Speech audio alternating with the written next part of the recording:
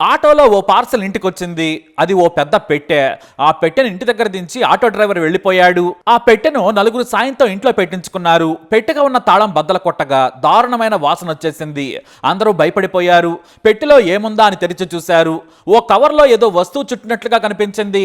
దాని పక్కనే O letter కూడా ఉంది. ఆ కవర్ ని తొలగించి చూడగా దారుణమైన దుర్వాసన వస్తున్న ఓ మగ వ్యక్తి శవం ఉంది. మృతదేహం దాదాపుగా కుళ్ళిపోయింది. ఈ స్టోరీలో చాలా చిత్ర విచిత్రాలు జరిగాయి. ఇక్కడ నేరం చాలా మందికి తెలిసిందే, కానీ హంతకుడి ప్రవర్తన చాలా విచిత్రంగా ఉంది. అతని గురించి తెలుసుకుంటే ఈ కథ కూడా తెలుస్తుంది. ఎందుకంటే ఇలాంటి డెడ్లీ ఆలోచన సినిమా రచయితలకు కూడా రాదు. కాకపోతే అతనికి క్రైమ్ ప్యాషన్ కాదు, కానీ అతని మనస్తత్వం నేర ప్రవృత్తితోనే ఉంది. పైగా అతని చుట్టూ ఉన్న లేడీస్ కూడా తీవ్రమైన నేరాలోచన ఉన్నవారని ఎస్పీ అద్దాన్ చెప్పారంటే మీరే అర్థం చేసుకోవచ్చు. ఒక్క మగాడికి ఇద్దరు లేడీస్ తోడైతే ఆ హత్య ఎంత దారుణంగా ఉంటుందో చూపించారు. ఈ పార్సల్ హత్య కూడా అంతగా మించే ఉంది. బహుశా మూవీ తీస్తే బెస్ట్ క్రైమ్ థ్రిల్లర్ అయ్యేదేమో. పశ్చిమ గోదావరి జిల్లా ఉండి మండలం ఎండగండి డెడ్ బాడీ కేసులో నిందితుడి పేరు శ్రీధర్ వర్మ. ఇతని ప్లాన్ ఒక్కటే, తన వదిన తులసి ఆస్తి కొట్టేయాలని, కానీ తన పేరు బయటకు రాకూడదని. తన కుట్ర తన వదినకి తెలియకూడదు, కానీ ఆస్తి కొట్టేయాలని భీకరమైన ప్లాన్ వేశాడు. అందులో తన భార్యలను అలాగే లవర్ ని కూడా ఇన్వాల్వ్ చేశాడు నీచుడు. శ్రీధర్ తల్లిదండ్రులు ఉండేది కాళ్ల మండలం కొప్పెళ్లలో. చెరువులో చేపల పెంపకం చేస్తూ జీవనం సాగిస్తూ ఉన్నారు. ఈ శ్రీధర్ మొదటి భార్య ఎలిజబెత్, ఆమె గాంధీనగర్ లో ఉంటుంది. ఇద్దరు కూతుళ్లు. అయితే రెండో భార్య రేవతి, ఈమెను ప్రేమించి పెళ్లి చేసుకున్నాడు. ఈ రేవతి దగ్గర నుంచే కథ మొదలైంది. ఈమెకి ఓ అక్కొంది, ఆమె పేరు తులసి. ఎండగంటికి చెందిన ముదునూరు రంగరాజు హైమావతి దంపతుల కూతుళ్లే ఈ తులసి రేవతి. ఈ తులసికి శ్రీనివాసరాజు అనే వ్యక్తితో పెళ్లైంది, కానీ అతను అప్పుల పాలయ్యాడు. అతని బాకీలు చెల్లించలేక ఇబ్బందులు పడ్డాడు. ఆ తర్వాత అప్పుల గోల తట్టుకోలేక చెప్పా పెట్టకుండా ఇటో వెళ్లిపోయాడు. ఆ తర్వాత మళ్లీ తిరిగి రాలేదు. దీంతో తులసి ఒంటరైపోయింది. పైగా కూతురు కూడా ఉంది. ఒంటరిగా బ్రతకలేక మళ్లీ తండ్రి రంగరాజు దగ్గరకు చేరింది. అంటే పుట్టింటికి చేరుకుందన్నమాట. అయితే తులసి చెల్లెలు రేవతి పెళ్లైన వ్యక్తి అని తెలిసిన శ్రీధర్ ను ప్రేమించి పెళ్లి చేసుకుంది. ఇద్దరికి పెళ్లై 10 ఏళ్లు అవుతుంది, కానీ పిల్లలు లేరు. అయితే శ్రీధర్ కు మరో లవర్ కూడా ఉంది. ఆమె పేరు సుష్మా. మొదటి భార్య కంటే రెండో పెళ్లంతో పాటు లవర్ సుష్మను కూడా వెంట పెట్టుకుని తిరుగుతూ ఉంటాడు శ్రీధర్. ఈ సుష్మకు అంతకుముందే 2 పెళ్లిళ్ళు అయ్యాయి. మూడో వ్యక్తి ఈ శ్రీధర్, కాకపోతే లవర్ గానే కొనసాగుతుంది. ఈ ముగ్గురు కలిసి జీవితాన్ని ఎంజాయ్ చేస్తూ ఉంటారు. భర్త పక్కనే లవర్ ఉన్నా కూడా రేవతి పట్టించుకునేది కాదు. ముగ్గురు లైఫ్ ని ఎంజాయ్ చేసేవారు. అయితే తులసి రేవతులకు చెరో అరెకరం భూమిని రాసిచ్చాడు తండ్రి రంగరాజు. మిగిలిన ఎకరమన్నర భూమిని తానే ఉంచుకున్నాడు. ఎందుకంటే తమకు మగపిల్లలు లేరు కాబట్టి తమ కోసం ఉంచుకున్నాడు. అయితే భూమికి విలువ పెరిగింది. పైగా ఇల్లు తల్లి పేరు మీద ఉంది. దీని మీద తులసికి తల్లి హైమావతికి గొడవలు జరుగుతూ ఉన్నాయి. ఈ క్రమంలోనే ప్రేమ పెళ్లి చేసుకున్న రేవతి కూడా తన భర్త శ్రీధర్తో కలిసి ఎండగంటికి వచ్చింది. దీంతో గొడవలు మరింత పెరిగాయి. ఇక తల్లిదండ్రుల ఇంట్లో తులసి ఉంటుండగా రేవతి తన భర్త శ్రీధర్తో కలిసి వేరుగా ఉంటుంది. ఈ గొడవలు జరుగుతున్న సమయంలో శ్రీధర్ ఓ ప్లాన్ వేశాడు. తన వదిన లేకుంటే మొత్తం ఆస్తి తనకే దక్కుతుంది. 2.5 ఎకరాల భూమి, పాత ఇల్లు, కొంత బంగారం కూడా తమ వశం అవుతుంది అనుకున్నాడు. అందుకు తన భార్య రేవతి లవర్ సుష్మతో కలిసి స్కెచ్ చేశాడు. కానీ తులసిని చంపొద్దు, బెదిరించాలి. ఎంతలా అంటే ఒక్కసారికే ఆస్తి అంతా వదిలేసి పారిపోయేలా చేయాలనుకున్నాడు. తులసిని చంపితే పోలీసులు డైరెక్ట్ గా రేవతిని నన్ను పట్టుకుంటారు, కానీ భయపెట్టి గజగజ వణికిపోయేలా చేయాలనుకున్నారు. ఆ తర్వాత ఆస్తి పత్రాల మీద సంతకాలు పెట్టించాలని పక్కాగా ప్లాన్ వేశాడు శ్రీధర్. అంతకు ముందే మనకు చేతబడి చేస్తున్నారు, మనకన్నీ చెడు శకనాలు ఎదురవుతున్నాయి, ఏదో జరుగుతుంది, ఎవరైనా శవాలు కూడా పంపుతారేమో అంటూ భయపెట్టాడు శ్రీధర్. తులసి కూడా భయపడింది. మనకు నష్టం చేసేందుకు క్షుద్ర పూజలు కూడా చేస్తున్నారని భయంగా ఉందని తులసిని భయభ్రాంతులకు గురి చేశారు. అంటే మెంటల్ గా తులసిని భయపడేలా చేశారు. చివరిగా ఓ బాడీని పంపించి భయపెట్టాలి. ఖచ్చితంగా తన ఇంట్లో మృతదేహాన్ని చూస్తే భయపడుతుంది. నీ భర్త అప్పు తీర్చాలి, లేదంటే నీ సంగతి తెలుస్తామంటే ఆమెనే ఆస్తి వదిలేసి పారిపోతుందని శ్రీధర్ తన భార్య రేవతి లవర్ సుష్మకు చెప్పాడు. అంతా బ్రహ్మాండంగా ఐడియా ఉందని పొగిడేశారు. ఒక పార్సల్లో శవాన్ని పంపించాలనుకున్నాడు. ఆ తర్వాత పారిపోయేలా చేయాలనుకున్నాడు. పక్కాగా స్కెచ్ చేశాడు శ్రీధర్. ఇక రేవతి సుష్మలు కూడా ఈ ప్లాన్ లో అమూల్యమైన సలహాలు ఇచ్చారు. అయితే ఎలా పంపించాలనే దానిపై కూడా శ్రీధర్, సుష్మా, రేవతులు పక్కా ప్లాన్ వేశారు. వైఎస్ జగన్ హయాంలో తులసికి స్థలం మంజూరైంది. ఇల్లు నిర్మాణ దశలో ఉంది. ఆ ఇంటికి ఓ సేవా సమితి పంపినట్లుగా శ్రీధర్ వర్మ తన లవర్ సుష్మ సాయంతో ముందు టైల్స్, రంగు డబ్బాలను ఉచితంగా తులసికి పంపాడు. అంతేకాదు తాము పంపినవి అందితే ఓ సెల్ఫీ వాటితో పాటు దిగి పంపాలని కోరారు. తులసేమో తనకు పంపిన వస్తువులు అందాయని ఓ సెల్ఫీ ఫోటో కూడా పంపింది. తాము పంపిన ప్లాన్ వర్కౌట్ అయిందనుకున్నారు. ఇక రెండవసారి పార్సల్లో మృతదేహం పంపాలనుకున్నారు. అందుకు ఎవరిని చంపాలా అని ప్లాన్ చేశారు, కానీ భయపడ్డారు. ఏదైనా శవం సంపాదించాలనుకున్నారు, కానీ శవం దొరకలేదు. దీంతో ప్లాన్ ను మార్చేశారు శ్రీధర్, రేవతి, సుష్మా.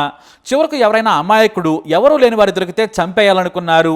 అప్పుడే పరిచయం ఉన్న బర్లె పర్లయ్య అనే వ్యక్తిని టార్గెట్ చేశారు. ఇతని వయసు 47 ఏళ్లు. భార్య ఇతన్ని వదిలేసింది. ఒంటరిగా ఉంటున్నాడు. చంపినా కూడా ఎవరో పట్టించుకున్న వారు లేరనుకున్నారు.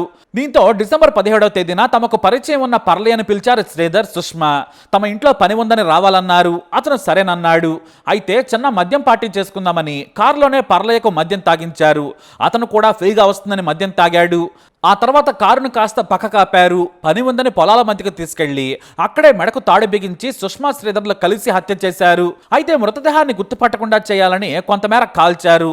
ఆ తర్వాత ప్లాన్ లో భాగంగా శవాన్ని కారులో తీసుకెళ్తూ ఉండగా బురదలో దిగబడింది కారు. అయినా మృతదేహాన్ని ఓ రోజు మొత్తం కారులోనే ఉంచారు. శ్రీధర్ పెట్టెను తయారు చేసేందుకు ఓ చెక్కను తీసుకొచ్చి తానే స్వయంగా తయారు చేశాడు. ఇక మృతదేహాన్ని పాలిథిన్ కవర్ లో గట్టిగా చుట్టి అందులో పెట్టాడు. అంతేకాదు సుష్మతో ఓ లెటర్ కూడా రాయించాడు. ఆ లేఖను పెట్టెలోనే ఉంచాడు. ఎందుకంటే ఆ లేఖనే మొత్తం కథను మార్చేది. ఇక మొత్తం సిద్ధం చేశారు. తులసి బాడీని చూడగానే భయపడిపోతుంది. ఆమె లేఖలో ఉన్నట్లుగా 1,30,00,000 ఇచ్చేందుకు అంగీకరిస్తే ప్లాన్ వర్కౌట్ అయినట్టే. ఆ వెంటనే శవాన్ని సముద్రంలో పడేయాలి. ఇక తమ పేరు బయటకు రాదనుకున్నారు. చాలా పర్ఫెక్ట్ గా ప్లాన్ ఎగ్జిక్యూటివ్ చేసేందుకు డిసెంబర్ 19న స్కెచ్ చేశారు. తాము కరెంటు సామాగ్రి పంపిస్తున్నామని ఓ ఫోన్ నంబర్ నుండి కాల్ చేసింది సుష్మా. తాము క్షత్రియ సేవా సమితి నుంచి కాల్ చేస్తున్నాం, కరెంటు సామాగ్రి ఆటోలో వస్తుందని చెప్పారు. ఆ తర్వాత ఓ ఆటోలో సుష్మా తీసుకెళ్లి మృతదేహం ఉన్న పెట్టెను రేవతి ఇంటి ముందు దించేయించింది. ఆ తర్వాత వేగంగా వెళ్లిపోయింది. తులసి తన తండ్రి సాయంతో పెట్టెను ఓపెన్ చేసింది. అప్పటికే దుర్వాసన వస్తోంది. అయినా కూడా ఇంట్లో విద్యుత్ కనెక్షన్లు పెట్టుకునేందుకు వైర్లు, స్విచ్ బోర్డులు పంపించి ఉంటారనే ఆశ తులసిది. కానీ పెట్టెలోని పాలిథిన్ కవర్ తీగానే మృతదేహం బయటపడింది. దాన్ని చూసి కెవ్వున కేకలు పెట్టారు తులసి, ఆమె తండ్రి. ఆ తర్వాత ఆమె దగ్గరి బంధువులను పిలిచి చూయించింది. అంతేకాదు పెట్టెలోని బెదిరింపు లేఖను చదివింది తులసి. నీ భర్త మా దగ్గర చాలా డబ్బు అప్పు తీసుకున్నాడు. ఇప్పుడు అది అసలు వడ్డీతో కలిపి 1,30,00,000 అయింది. అది గాని తీర్చుకుంటే నీ అంత చూస్తామని బెదిరించారు. దీంతో ఆమె వణికిపోయింది. ఇక ఏమీ తెలియనట్లే తన సోదరి విషయం చెప్పడంతో రేవతి భర్త శ్రీధర్ను తీసుకుని వెళ్ళింది. శ్రీధర్ అక్కడికి రాగానే మీరేం కంగారు పడద్దు, ఎవరికి చెప్పకండి. వాళ్ళు డిమాండ్ చేసిన 1,30,00,000 నేను ఇచ్చేస్తాను. నా అకౌంట్లో 2 కోట్ల రూపాయలు ఉన్నాయి. మీరు పొలమమ్మి నాకు ఇస్తే సరిపోతుందని తులసి ఆమె తల్లిదండ్రులకు చెప్పాడు. వాళ్ళు కూడా నమ్మారు. కానీ తులసి మాత్రం భయపడింది. ఈ విషయం పోలీసులకు చెప్పాలి, లేదంటే తర్వాత వాళ్ళు తామే హత్య చేశారంటారేమోనని భయపడింది. దీంతో ఆమె పోలీసులకు చెబుదామని చెప్పింది. కానీ శ్రీధర్ వద్దన్నాడు. ఎందుకంటే ప్లాన్ మొత్తం ఫెయిల్ అవుతుంది. ఆ తర్వాత మనకు సమస్యలు అవుతాయని బెదిరించాడు. అయితే ఇతర బంధువులు మాత్రం పోలీసులకు చెప్పాల్సిందే. ఈ మృతదేహాన్ని మనం ఏం చేస్తాం, ఆ చనిపోయిన వ్యక్తి ఎవరో తెలియదు, ఇవాళ కాకుంటే రేపైనా పోలీసులకు తెలుస్తుంది, లేని చిక్కుల్లో పడతారని చెప్పారు. వెంటనే పోలీసులకు కాల్ చేసేశారు. దీంతో శ్రీధర్ వర్మకు వణుకు పుట్టేసింది. తనకున్న ప్రయత్నం అంతా చేశాడు. కానీ ఎవరూ కూడా అతని మాట వినలేదు.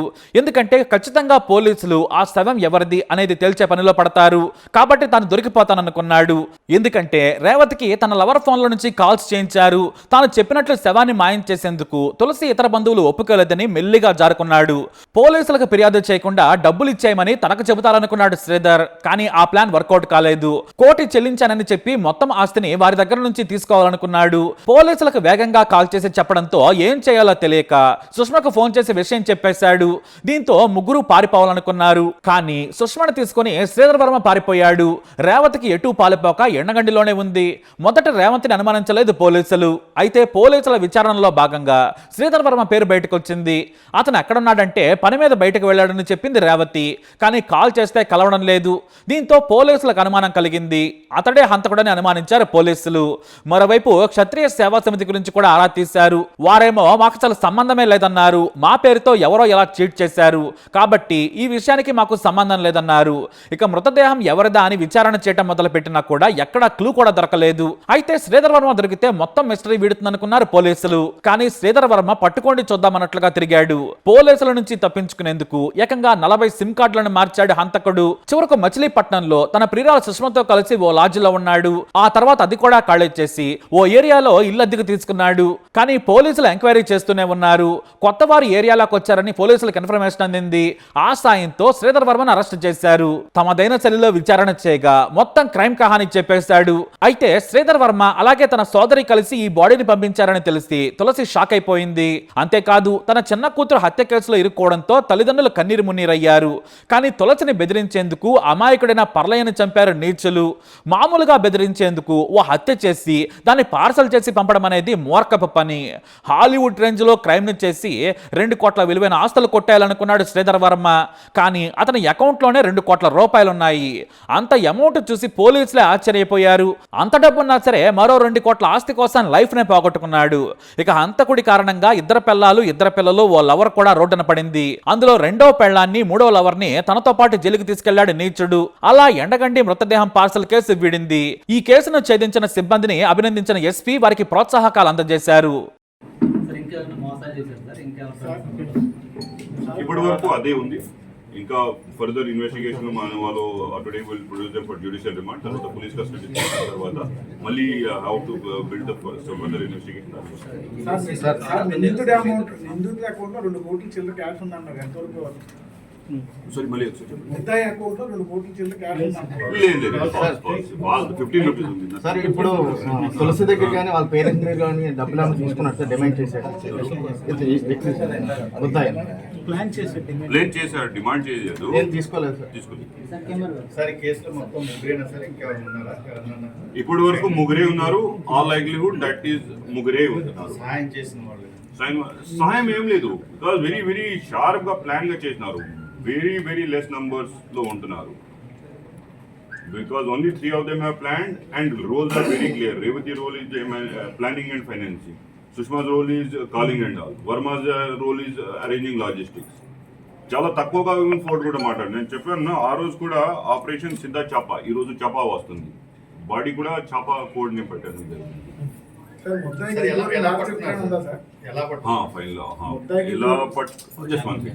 ఇలా పట్టున్నారు. It was the most tough and laborious process in the entire thing. చాలా very విచిత్రంగా క్రిమినల్ అన్నారు. మొత్తం toll gates other things he has completely escape. Small దారిలో చూస్తే అక్కడ వెళ్ళడం జరిగింది. ఒక దారిలో he has left car and other things. And finally Machilipatnam dumping ground దగ్గర మన టీం పట్టడం జరిగింది. Because it was laborious. As I told ఒకసారి వచ్చిన తర్వాత అందరూ రేంజ్ మొత్తం స్టేట్ కి డీసర్ చెప్పడం జరిగింది. Everywhere were searching for him. ఇక్కడ మన police they were extra team additional on teams were searching. ఏమైనా చుట్టుపట్ల స్మాల్ దారి వెళ్తే అక్కడ సీసీటీవీ ఉందా, అక్కడ somebody has seen, everything was checked. My DSP గారు స్వయంగా he was roaming around like anything. Finally yesterday we could catch him and our IO has arrested. Varma ఉన్న ఊర్లో 3 రోజులు సీసీ కెమెరా పని చేయట్లేదని అక్కడ ఒక వ్యక్తి చెప్తున్నారు. సీసీ కెమెరా పెట్టుకున్నారు.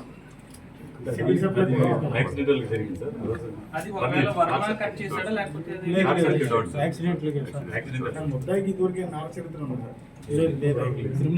లేదు ఇప్పటి వరకు చెక్ చేసిన లేదు. ఇది ఫస్ట్ టైం. సార్ లెటర్ 30 లక్షల రూపాయలు లెటర్ ఎవరు రాశారు సార్? ఏ సుష్మా విజయలక్ష్మి రాశారు. So that is this letter. Vijayalakshmi రాశారు. It's her hand writing. We have confirmed it with other resources also. Final absolutely. అందరి ఎపిసోడ్ లో పర్లయ ఒక ఇన్నోసెంట్ లాగా వ్యక్తి, already suffering from life problems. భార్య వదిలేసేది, he's living isolated life. Nobody he's creating problem. అక్కడ ఊర్లో అందరికి చాలా కోపం వచ్చింది అయిన తర్వాత. So definitely the entire thing our focus is to give justice for Parlaya. Because nobody is there to take care of him. ఇప్పుడు ఫ్యామిలీ ఉన్నాయి. So that DNA test and other things we are doing, but our entire focus and everything is to give justice to the dead body. Because ఈ entire drama లో ఆయనకి సంబంధమే లేదు. Neither he is getting benefited, neither he is getting loss. So small laga he is going on with his life normally. Unnecessary, unfortunately, these people, because of their greed and criminal mind, they have killed an innocent fellow. Definitely will make sure that justice is done. ఎన్ని టీంలు పనిచేస్తారు? Almost 100 members, 11 teams will be. ఇతనికి supari gang తో సంబంధాలు ఉన్నాయని చెప్పేసి మన Eluru police and press group లో ఒక ఆవిడ ఎవరో పోస్ట్ చేశారు. They might have done other investigation. Our investigation ఇది రాలేదు. And so as I told you clearly, they are themselves with so criminal mind. Supari చెప్తే బయట వస్తుంది. ఇక్కడ చాలా ప్రికాషన్ తీసుకున్నారు because they were very short ఇది ప్లాన్ వర్క్ అవుతే తులసి రాస్తున్నారు ప్రాపర్టీ ఆయన పేరు, డెడ్ బాడీ గోస్ టు సమంద్రం, matter is over. No one of among us knows. That is the plan. But Revati in this entire process forgot ఇది తులసి ఆయనకి sister ఉన్నాయి, ఆయనకి కూడా స్ట్రాంగ్ బ్రెయిన్ ఉన్నాయి. But she's very, our enquiries reveal that she's very good women. ఇది marriage sir మొత్తం ఎన్ని పేర్లు పెట్టుకున్నారు సార్ ఈయన? ఎన్ని పేర్లు? అసలు పేరు సార్ నేమ్ సార్ పేరు Siddharth Varma alias Sridhar Varma. Because so many women are involved, so place to ఏం చదువుతున్నాడు సార్? వాళ్ళ ఏజ్ దగ్గర Facebook తిరుమల బాగా పడాడు. 7th 9th టెక్నాలజీ బాగా వాడతాడు. టెక్నాలజీ నాలెడ్జ్ అది వస్తుంది. ఇప్పుడు ఫోన్ లో మాట్లాడు work on it everything. Facebook లో కాంటాక్ట్ చేసి రేవతి కూడా ఫేస్బుక్ కాంటాక్ట్ రేవతి ఫేస్బుక్ లేదు, విజయలక్ష్మి ఫేస్బుక్ చాలా మంది even illiterate people are able to use. Sir అతను రేంజ్ కారు సొంతగారు సార్? సొంత car, around 20,000 he has purchased 2 years back. దాని ముందు ఒక బుల్లెట్ కూడా ఉంది. సార్ ఇప్పుడు ఈ కేసులో ఈ ముగ్గురేనా, ఒక అమ్మాయి కూడా ఉందో, చిన్నపిల్ల ఉందని చెప్పాను చిన్నపిల్ల ఉంటారు. చిన్నపిల్ల అదే విజయలక్ష్మి కూతురి ఉన్నారు. బికాజ్ ఆల్ ద టైమ్ ఆయనతో పాటు ఉంటారు. So she's our witness in the case. అంటే వీళ్ళు పెద్దవాళ్ళిద్దరు పరిస్థితి ఏంటి సార్? వాళ్ళ ఫాదర్ మదర్ ఉన్నారు. ఫాదర్ మదర్ ఓకే ఉంటున్నారు, అది కూడా షాక్ లో ఉంటున్నారు. బికాజ్ మీరు అందరికీ somebody else's house is happened. ఆయనకి స్వయంగా ఇంట్లో వచ్చేస్తే ఇది షాక్ గా కూడా ఉన్నాయి. But they have been strong. మన ఇన్వెస్టిగేషన్ కూడా చాలా కోఆపరేట్ అయ్యడం జరిగింది. So there is no issue, they are doing fine. ఎన్ని రోజుల నుంచి ప్లాన్ చేశారు సార్ ఈ కేసు మొత్తం? మొట్టమొదటిగా అట్లీస్ట్ జూన్ నెల